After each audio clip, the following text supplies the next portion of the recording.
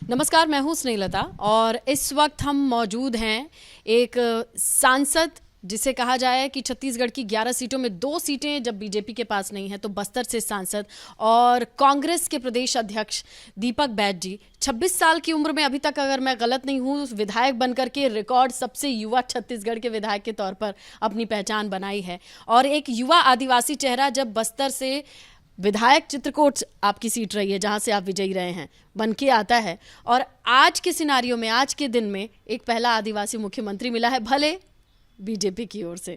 कैसा लग रहा है आपको और किस तरीके से देखते हैं आप इस पूरे घटनाक्रम को?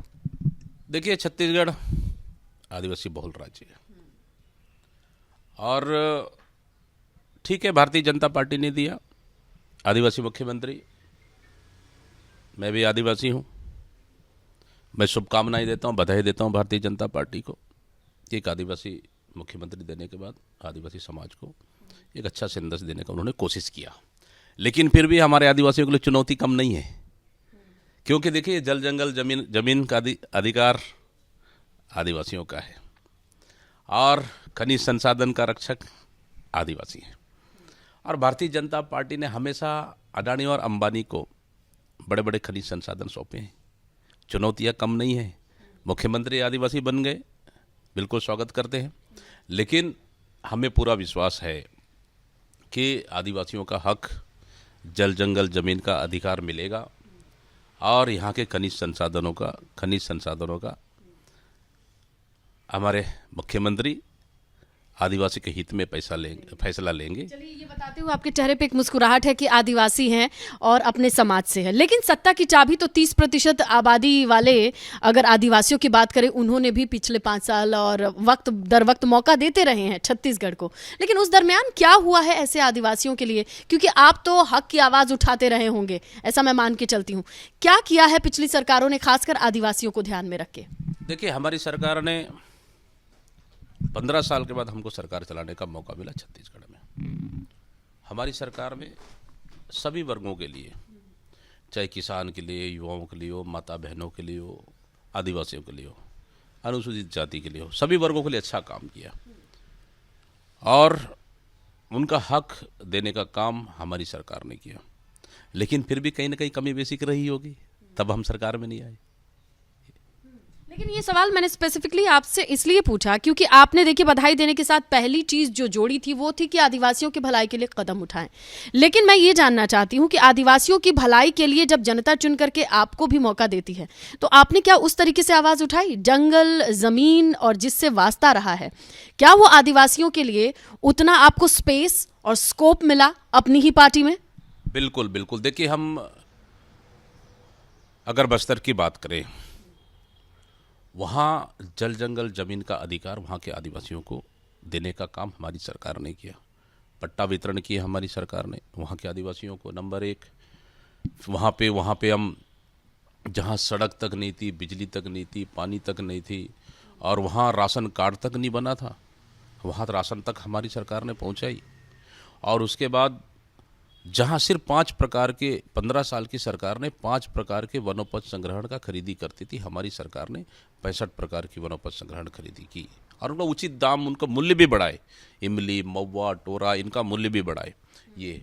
और यही नहीं, बल्कि वहाँ के आदिवासियों को जो फर्जी नक्सली के नाम से जेल भेज दिए थे पिछली सरकार ने, उनको छुड़वाने का काम भी हमारी सरकार ने किए। तो एक नंदराज पहाड़ को भारतीय जनता पार्टी की सरकार ने अडानी को बेच दिए थे, खनन करने की अनुमति दिए थे। उसको लीज को भी निरस्त करने का काम, लीज को नहीं, उसी ग्राम सभा वहाँ के आदिवासियों ने लगभग सप्ताह 10 दिन धरना दिए कि ग्राम सभा सही नहीं हुआ है, उसको जांच होना चाहिए। हमारी सरकार ने जांच की, ग्राम सभा वास्तव में सही नहीं था, निरस्त कर दी। ग्राम सभा निरस्त होने के बाद तो ऑलरेडी सब निरस्त हो जाता है। फिर हम लोगों ने दबाव बनाए, ग्राम सभा निरस्त हुआ तो केंद्र सरकार का अधिकार क्षेत्र है कि उसको लीज को निरस्त करना चाहिए। तो केंद्र सरकार ने अभी जस्ट चुनाव से पहले उसको निरस्त भी कर दिए। तो अडानी से कम हम लोग एक खनिज, हाँ, खनिज संपदा हम लोग बचा लिए। हमारी बस्तर की खनिज संपदा को हम लोगों ने बचा लिए। तो यही सवाल यही है, क्या हमारी जल जंगल जमीन, हमारा अधिकार, हमारी खनिज संपदा, क्या अंबानी और अडानी से बचा पाएगी भारतीय जनता पार्टी की सरकार? जो उनका हमेशा सपोर्ट करते रहे। सवाल ही है, ये सवाल है कि मौलिकता उनकी बनी रहे। जिस जमीन से वो जुड़े हैं वो जमीन इतनी कीमती है कि उस पर निगाहों का जाना लाजमी है, लेकिन वो जमीन उन्हीं को देने रहने की विल पावर या इच्छा शक्ति बहुत मुश्किल है। वो इच्छा शक्ति कौन सी सरकार दिखाती है ये सोच करके आदिवासी उसके साथ जाते हैं। लेकिन आपने एक बात कही थी कि अगर बस्तर में चित्रकूट से मैं लड़ूंगा तो वहां पर प्रभाव पड़ेगा आपकी अपनी सीट के लिए। आपका जब एक बयान भी सामने आया था, जब सीटों का बंटवारा हो रहा था, अध्यक्ष होने के नाते आपके पास भी ये सारी चीजें थी।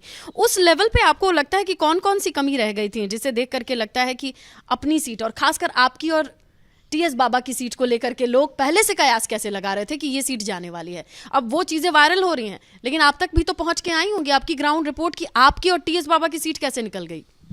देखिए क्या है, मैंने तो कभी नहीं कहा कि मैं चुनाव लड़ूंगा। मैं शुरू से कहता आ रहा हूँ, आज भी कहता हूँ और आगे भी कहूँगा कि मैं तो कांग्रेस का एक सिपाही हूँ और हमारा फैसला तो पार्टी आलाकमान करेगा। मैं शुरू से कहता आ रहा था, 2 बार का विधायक, फिर पार्टी ने सांसद लड़ाया, उस समय भी मैंने नहीं कहा कि लड़ना है, पार्टी ने तय किया लड़ना है, लड़े। आगे भी जो पार्टी तय किया वही करेंगे, आगे भी जो पार्टी तय करेगा वही करेंगे। नंबर 1, देखिए सवाल हार जीत का, देखिए हम लोग कोशिश किए कि ईमानदारी से चुनाव लड़े, अच्छा चुनाव लड़े, क्षेत्र में काम किए, सब भी किए, लेकिन उसके बाद भी अगर कहीं बार बार इसलिए टोक रही हूँ आपको क्योंकि 14-0 का जो हिसाब किताब था सरगुजा में, वो 0-14 ऐसे कैसे पलट सकता है। इसे लेकर के लोग अब आप लोगों की ये हार, सर्वे सेफोलॉजिस्ट कहीं कोई किसी ने नहीं आका होगा कि आप लोग इस तरीके से हारेंगे या हार जाएंगे।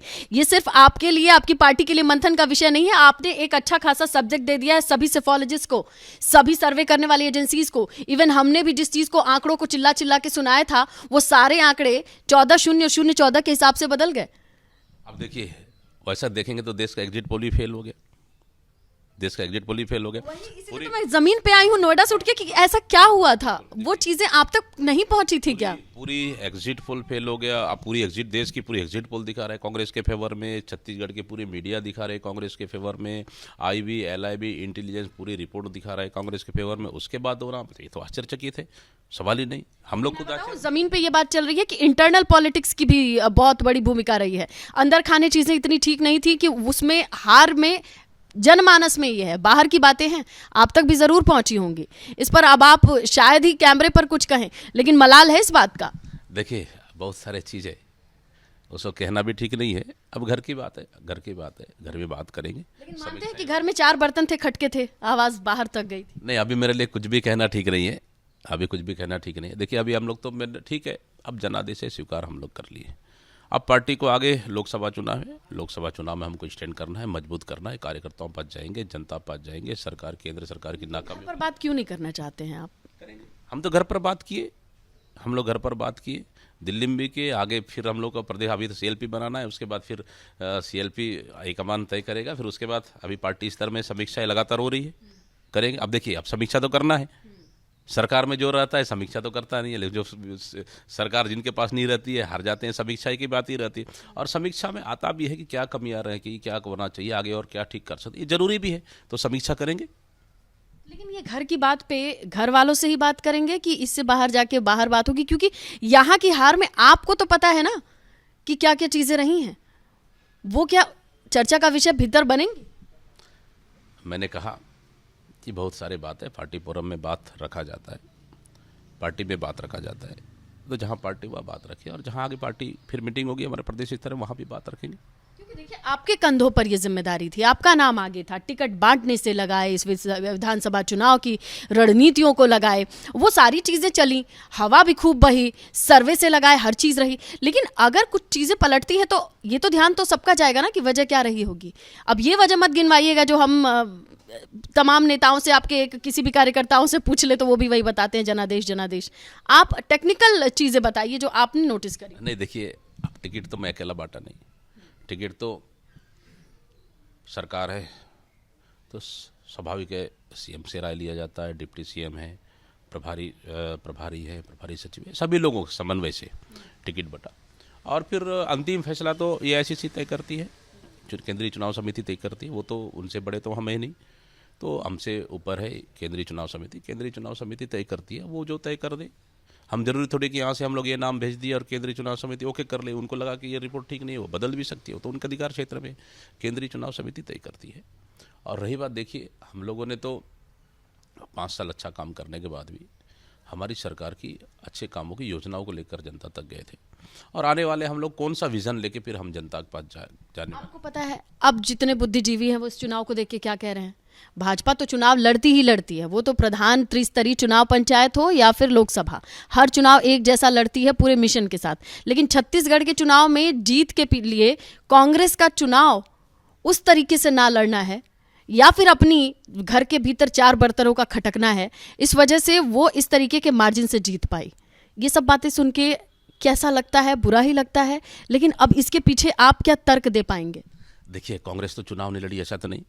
कांग्रेस, हाँ कांग्रेस अच्छा चुनाव लड़ी है, मजबूती के साथ लड़ी है। मैंने कहा ना हमारी सरकार की ये टीएस बाबा वाली वो जो सरगुजा क्षेत्र है, वो 14 की 14 सीटें जो पिछली बार थी इस बार 0 थी, उनमें से 1-2 सीट। हाँ मतलब आश्चर्यचकित है, कुछ रिजल्ट आए हैं जैसे सरगुजा में 14-0 हो गए, आश्चर्यचकित है, नहीं होना चाहिए वहाँ पे, कम से कम आधे भी हो जाते। हुआ क्या? अब देखिए ये तो अभी तत्काल कुछ कहना तो हमारे लिए संभव नहीं है, इसके लिए कुछ वक्त लगेगा। जब ये सब हो रहा था उस वक्त पता नहीं चल रहा था कि चीजें हो रही हैं और अंदर खाने तो आप ही हैं ना? नहीं, देखिए पता चलने का सवाल सिर्फ सरगुजा का ही नहीं है, ये तो पूरे छत्तीसगढ़ का है। बस्तर का भी है, सही कह रहे हैं आप। हाँ, पूरा छत्तीसगढ़ कि कांग्रेस के 2 बीजेपी के पास गई, आपकी अपनी सीट गई। सवाल बस्तर का नहीं है, सवाल का हम बस्तर में पूरा चुनाव हारे का, बस्तर में 4 जीत के आए हम लोग, सरगुजा में बिल्कुल 14-0 आए हैं। आप रायपुर मैदानी एरिया देख ले, आप बिलासपुर, आप दुर्ग देख ले, रायपुर देख लीजिए आप, ये भी मैदानी क्षेत्र आ रहे हैं। हम लोग 30 ओबीसी दिए थे, 30 से हम लोग 16 जीत के आए हैं। 8 ब्राह्मण हम लोग दिए थे, 8 ब्राह्मण आ रहे हैं, 3 माइनॉरिटी दिए थे, हारे। हम देखें जीत मैटर करती है, लेकिन जब इतने मजबूत कंधे मैदान में हो तो उम्मीदें नहीं बढ़ जाएंगी। ये हवा नहीं होना चाहिए कि सिर्फ ट्राइबल हारे तो हम लोग सभी वर्गों में हारे, ओबीसी में भी हारे, जनरल में भी हारे, माइनॉरिटी में हारे, सभी वर्गों में आ रहे हैं हम लोग, है नहीं। और वास्तव में नहीं होना चाहिए, आश्चर्यचकित तो है हम लोग के लिए। अच्छा, लेकिन मानते हैं कि थोड़ी बहुत की घर की बात भी रही है और घर में जो बात नहीं बनी है वो बात सामने आ गई है? वो सकता है, देखिए मैं इनकार नहीं कर रहा हूँ, हो सकता है, लेकिन बहुत सारी चीज़ों में अभी हम लोग इतना तत्काल हम लोग ये चीज़ हो गया, ये नहीं होना चाहिए था, ऐसा हो गया, इतना तत्काल हम लोग के लिए अभी कह पाना संभव नहीं है। थोड़ा सा वक्त लगेगा। अभी तो 8 दिन हुए हैं हम लोग सरकार से बाहर, थोड़ा वक्त लगेगा। हम लोग एक चीज़ पे देखिए, हारने के बाद छोटी छोटी कमियां भी वो कारण बनती है, तो हम लोग उन कमियों को ढूंढने का प्रयास कर रहे हैं। हर विधानसभा में अलग अलग परिस्थिति हो सकती है। बड़ी हिम्मत लगती है अपनी कमियों को मानने में, इसमें कोई दो राय नहीं है। ये ह्यूमन टेंडेंसी है कि जब कुछ गलत हो जाए, सही हो जाए तो ढोल पीटने के लिए दुनिया होती है, अपनी गलती के साथ आप अकेले होते हैं। लेकिन जब घर की ही बात आ जाती है तो वो वाला एलिमेंट भी क्या स्वीकार कर पाएंगे आप? क्योंकि अगर ये भी पहलू है तो बहुत बड़ी बात है। क्यों नहीं, अगर कोई हम लोग से कोई ये मिस्टेक हो गया, ये चूक हो गया, क्यों स्वीकार नहीं करना चाहिए? स्वीकार करना चाहिए। हम लोग शायद कि हम लोग से ये कमियां हो गई, हम लोग ये ठीक कर लेना चाहिए था। और कोई मतलब अभी कमियां एक नहीं आएगी, कमियां तो 10 प्रकार की आएगी। हाँ, लेकिन घर में ही अगर अपनों का साथ मुट्ठी बना होता तो ज़्यादा बड़ी बात होती। ये बात सच है। अब देखिए सामूहिक नेतृत्व में चुनाव तो लड़े, कोशिश की, बाहर दिख रहा था, कोशिश की हम लोग कि सामूहिक रूप से लड़े और संदेश देने का कोशिश भी की। और देखिए कि मुझे तो कम वक्त मिला, प्रदेश में 12 जुलाई को संभवतः मेरा अपॉइंट हुआ। उसके बाद कोशिश की कि सभी नेताओं के साथ सत्ता और संगठन दोनों तालमेल बैठा कर चले, उसमें सफल भी हुए। सभी नेताओं को साथ में लेकर चले, उसमें भी सफल हुए। लेकिन अब परिणाम उस अनुसार नहीं आया, तो अब तो सवाल थोड़ा और वक्त रहता तो ये 5 उंगलियां जो हैं वो कम से कम, जो अभी आपके साथ सिर्फ घर के भीतर की मैं बात कर रही हूँ, 3 थी, वो 2 और हो गई होती, मुट्ठी बन गई होती। कम वक्त की वजह से 5 को इकट्ठा नहीं कर पाए क्या? नहीं, देखिए जो समय दिए भी वो भी मिलने पर्याप्त है, उसमें कोशिश भी है, सफल भी हुई है। तो जनता के बीच की बात थी, मैं अपनी बात कर रही हूँ, जो अपनों को समझाने वाली और अपनों को अपना बनाने वाली जो घर की बात कह रहे हैं आप, जिसमें जो एक पहलू है वो आपने स्वीकारा है कि घर के बर्तन अगर चारों नहीं खटके होते तो शायद कुछ और सीटें होती।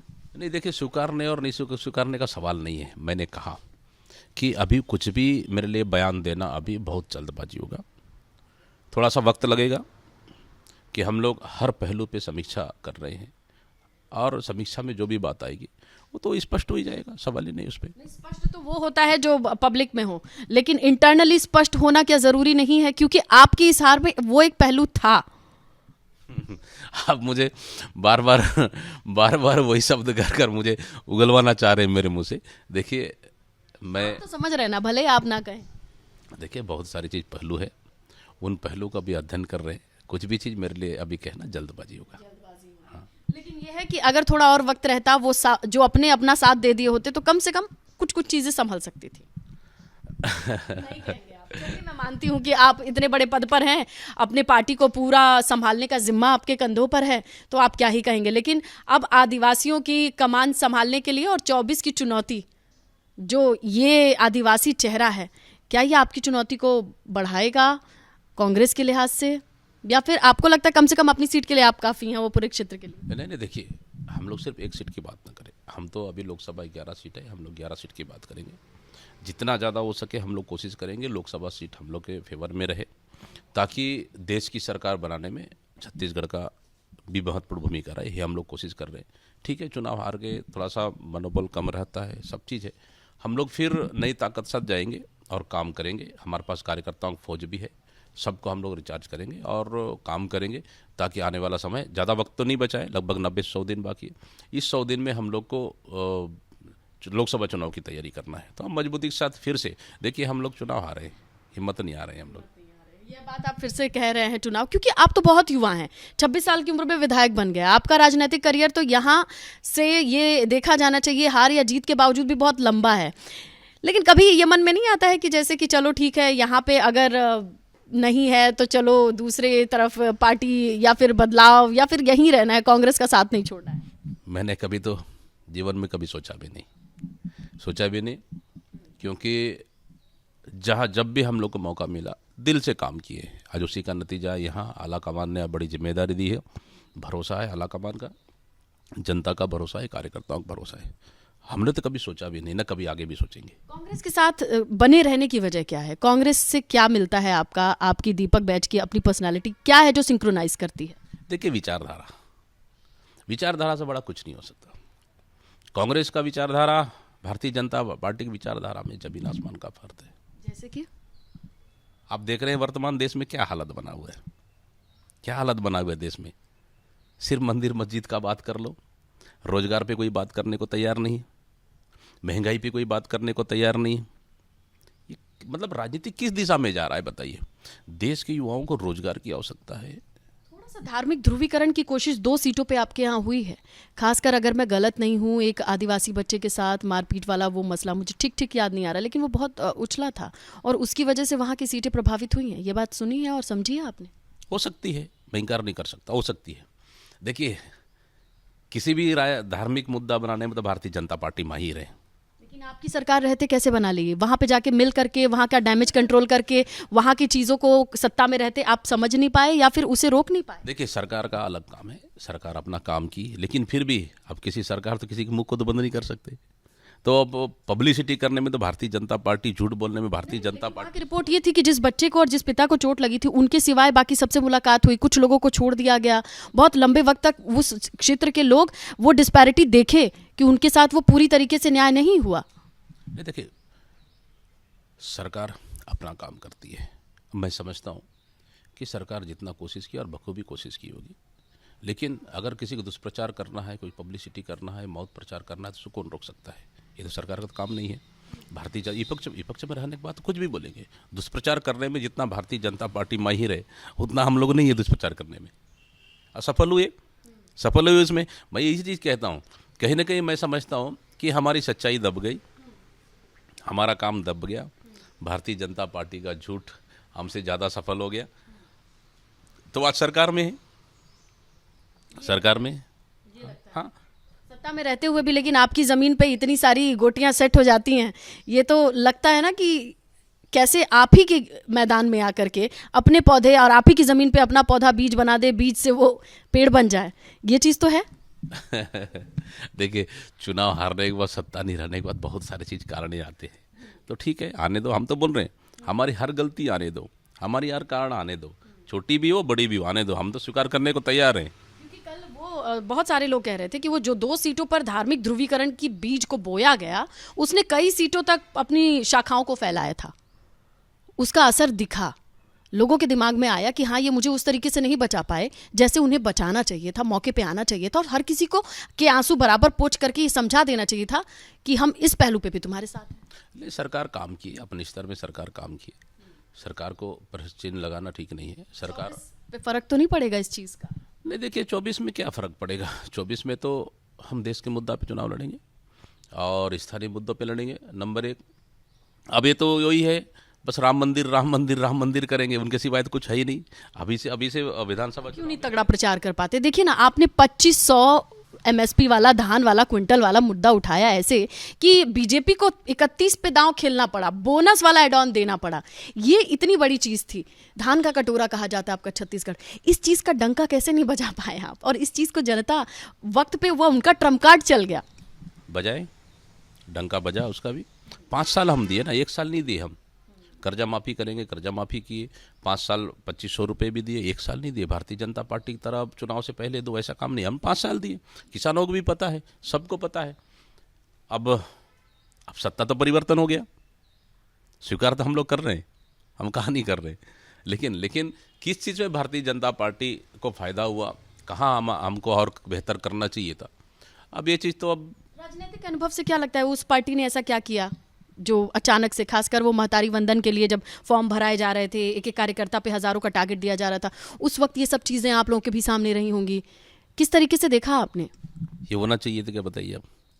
आपको तो पता है आचार संहिता लगा है, फार्म कोई भर नहीं सकते, कोई नया काम हो नहीं सकता, कोई नया स्वीकृति नहीं हो सकता। देखिए भारतीय जनता पार्टी का यही तो साजिश है, यही तो झूठ है। मैं उसी चीज़ से कह रहा हूँ कि बड़े चालाकी के साथ फार्म भरने जा रहे हैं, वहाँ नगद दे रहे हैं, 1,000 रुपये दे रहे हैं, ये पहला किस्त ले लो। मतलब ये चुनाव प्रचार करने का तरीका है। चुनाव आयोग को शिकायत भी की है, उसको रोकने में लेट हुआ। अगर ये चीज़ तत्काल रुक जाता तो फार्म नहीं भर पाते। अरे मतलब सीधा सीधा प्रलोभन, लालच, सीधा डायरेक्ट सीधे। मतलब यही चीज़ तो हम लोग को रोकना चाहिए। हम लोग को शिकायत भी की है, लेकिन समय पे रुका नहीं। ये प्रचार ज़्यादा हो गया, ये प्लानिंग के साथ किए। तो ये चीज़ बोल रहा हूँ ना, झूठ हावी हो गया, आज रोक नहीं पाए। आज सरकार में आके बैठ गए, इसलिए मैं कह रहा हूँ झूठ हावी हो गया। सच्चाई विपक्ष होने के नाते अब सब कुछ रोकिएगा ना टाइम पे, सब कुछ देखिएगा ना टाइम से। लड़ाई ये कितनी मजबूती से लड़ी जाएगी छत्तीसगढ़ में? क्यों नहीं 15 हमारे विधायक नहीं है आज छत्तीसगढ़ में, 35 विधायक हैं। मजबूती के साथ लड़ेंगे।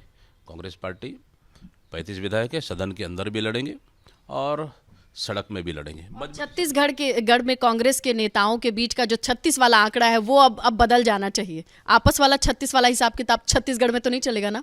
देखिए हमारे पास तो खोने के लिए तो कुछ नहीं है, सब खोल लिए, पाने के लिए सब चीज़ है। मिलके लड़ेंगे। जय वीरू की जोड़ी साथ आ जाएगी एकदम पूरी तरीके से, इनसाइड आउट वाली। क्यों नहीं, ये तो राजनीतिक है। दोस्ती भी आहिस्ता ही है, दुश्मनी भी आहिस्ता ही है। ये तो देख ही लिए। अब वो तो चुनाव विपरीत परिणाम होने के बाद तो सब तो दोस्त तो सब आएगा ही, कोई दिक्कत नहीं है। हम तो स्वीकार कर रहे हैं कि हमारी पार्टी की नुकसान हुई है, हार हुई है, और इसको हम लोग एक गहन स्तर से हम लोग चर्चा कर रहे हैं और नए सिरे से फिर उठाएंगे। क्या कोई गिर अगर सकता है? नहीं उठ सकता क्या? बिल्कुल उठ सकता है। चाइनीज मुहावरा है कि अपने शरीर जितनी दूरी आप गिर करके कवर कर लेते हैं। हाँ बिल्कुल, आज गिर गए फिर उठेंगे। हौसला बुलंद है, 24 के लिए रास्ते तलाशने हैं और खासकर छत्तीसगढ़ की राजनीति को लेकर के हार में ये मुट्ठी का ना साथ होना, इस पर कितनी काम होगी, कितनी बात होगी, इसके लिए बहुत ही युवा है दीपक बैज, जिनके सामने राजनीतिक करियर बहुत बड़ा है। आने वाले वक्त में छत्तीसगढ़ में किस तरीके से विपक्ष की भूमिका निभाते हैं और उससे भी पहले 24 की चुनौती से कैसे पार पाते हैं। बहुत बहुत शुक्रिया दीपक बैज जी हमसे बातचीत करने के लिए। कैमरा सहयोगी मनोज अधिकारी के साथ मैं स्नेहलता, एबीपी न्यूज़।